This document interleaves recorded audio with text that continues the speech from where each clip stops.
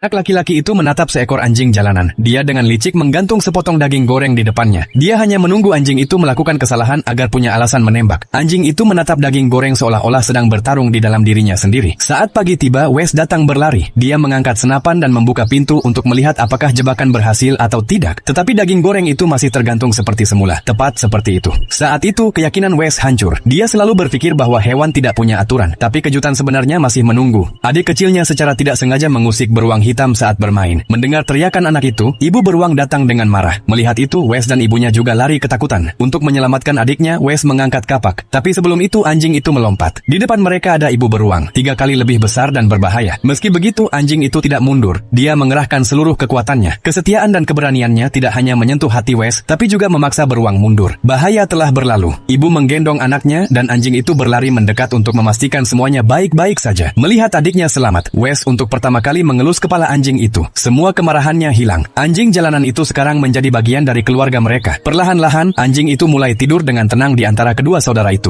Bertahun-tahun kemudian, merasakan kehangatan manusia, dia juga menjadi bijaksana. Saat Wes dan ibunya sibuk bekerja, anjing itu menjadi teman bagi adik kecilnya. Bahkan kadang melompat ke sungai untuk menangkap ikan. Adik kecil itu senang menunjukkan ikan pada ibunya dan selalu memuji anjing itu. Pada hari itu, sapi di rumah membuat kekacauan hebat. Tapi anjing itu dengan tenang mendekat, hanya menatap mata sapi. Dan sapi itu tenang seketika. Saat itu Wes dengan tenang memerah susu sapi. Hari itu juga mereka pergi berburu babi hutan. Anjing itu mengejar seluruh kawanan ke tempat yang lebih rendah. Saat babi berhenti, anjing itu menggonggong 2 kali sebagai tanda. Sekarang giliran Wes melempar tali dan berhasil menangkap satu babi. Tapi tiba-tiba babi itu menjadi liar. Dengan kejutan, babi itu melempar Wes dari pohon ke tanah. Wes jatuh di tengah kawanan dan babi-babi menyerangnya. Salah satu babi menggigit kakinya. Dia menjerit meminta pertolongan. Anjing itu langsung melompat. Dia menggigit babi itu hingga terpaksa melepaskan Wes. Wes bebas dan merangkak sembunyi di rumput. Dia membalut luka dengan syal. Tapi ketika melihat anjing, dia tergeletak pingsan di tanah, penuh darah. Dengan mata berkaca-kaca, Wes melepaskan mantelnya untuk menekan lukanya. Dia ingin membawa bantuan dari rumah, tapi takut babi akan kembali. Dia berbisik pada anjing itu, "Sembunyi di gua dekat sini." Dengan menahan sakit, anjing itu merangkak masuk gua. Wes menutup mulut gua dengan kayu lapuk dan berlari. Saat keluarga sampai di gua, ada burung pemakan bangkai yang berputar di atas. Tapi pintu masih tertutup. Anjing itu masih hidup. Ibu melepas mantel dan wajahnya serius. Dia menyuruh Wes mengambil bulu keledai untuk menjahit luka-luka. Lukanya dalam, tapi anjing itu dengan sedikit menjilat seakan memberi semangat pada Wes. "Jangan khawatir, aku baik-baik saja." Setelah kembali ke rumah, dia berbaring dengan tenang di dekat Wes. Dalam beberapa minggu, dia sepenuhnya pulih. Teman-teman yang begitu berani dan setia hampir tidak pernah ditemui. Jika kalian juga punya teman yang setia, tulis di komentar.